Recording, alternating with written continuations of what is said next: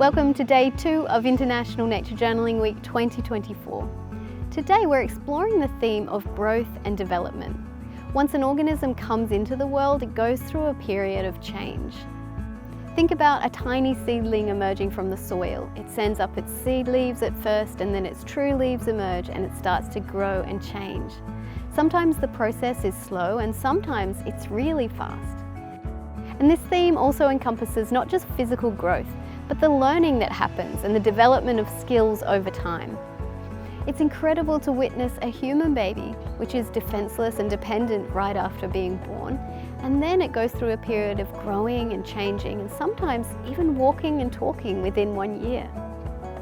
Spend some time today thinking about the growth and development of organisms in your nearby nature. What does that look like? How could you capture that in your nature journal? This is a good prompt to also reflect on your own inner growth as well. How have you changed and developed over time? How has your nature journaling practice changed the longer you've been at it? Hi, my name is Rebecca Rolnick and I'm a nature journal teacher.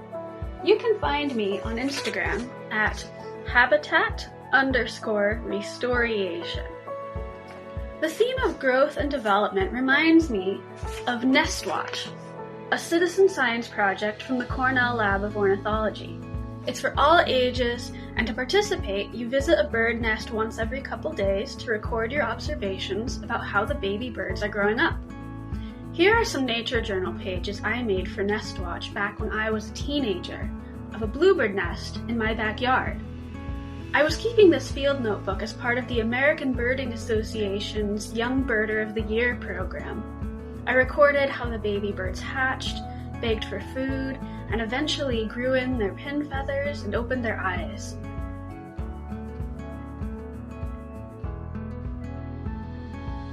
A nature journal page is a snapshot of the place you're in at that particular time and season, but it's also a snapshot of you. When you keep a journal or a nature journal for many years, it's a treat to get to look back on how your style has evolved over time and also how you have grown and changed as a person.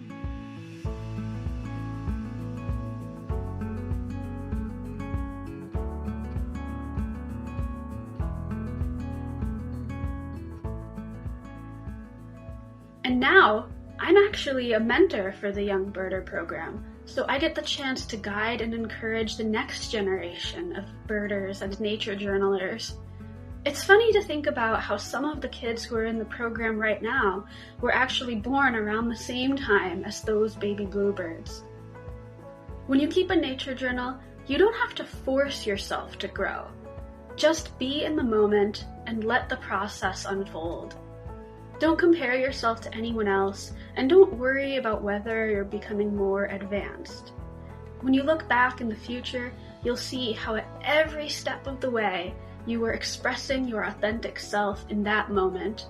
You were engaging in the never-ending process of becoming you. Happy journaling! Hi, my name's Amanda Steer, coming to you from my garden in the sunny Cotswolds in the United Kingdom. I say sunny, it could be showering at any moment, and it's also quite windy. So I'm come to you in front of my little pear tree, which some of you from the nature journaling community may recognise, as I've sketched it throughout the year with the previous challenge of following the turns of the Celtic wheel. My pear tree was my subject, and I really enjoyed following it through the year. Nature journaling helps me to spark curiosity. It helps me to notice these changes that take place around me and to learn to embrace all seasons. I used to just really long for the spring and the summer, but now the beauty that the winter can bring too, I really enjoy it. And that's nature journaling, I think, which has helped me to do that. All the sculptural qualities and all the trees and the shapes and the different birds that migrate and come through, and looking out for these signs and recording them. You don't have to be an expert in science or drawing. I like to work in pen, so it's less fussy. I don't even get to sketch while I'm out. I'll take little notes, really basic sketches, and then maybe work on it a little bit more when I get back and maybe have a little bit more time. It's more about the noticing. I run nature journaling workshops as well to encourage others to notice, and it's whilst we're around the table discussing what we've seen and noticed that we can all learn from each other. So being part of this community and the International Nature Journaling Week, I'm sure we'll all learn lots more together as well. Techniques, facts, it's great. So if it's the first time you're just starting out on your nature journaling journey, stick with it, you'll get a lot from it. Hello, I'm Louise Watson and I'm an embroiderer and a nature journaler, and I keep a Perpetual nature journal. And my project this week for Nature Journaling Week is going to be monitoring and drawing the plants that are in our circle for No Mow May. No Mow May is something that we do in the UK to help pollinators and biodiversity, and we stop mowing our lawns for a short time, and I want to have a look and see what comes up in the garden. So I'll just explain about the Perpetual Nature Journal.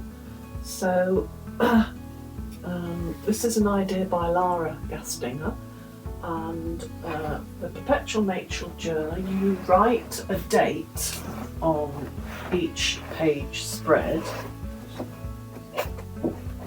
and then you draw something in it each week, and then next year you come back to the book,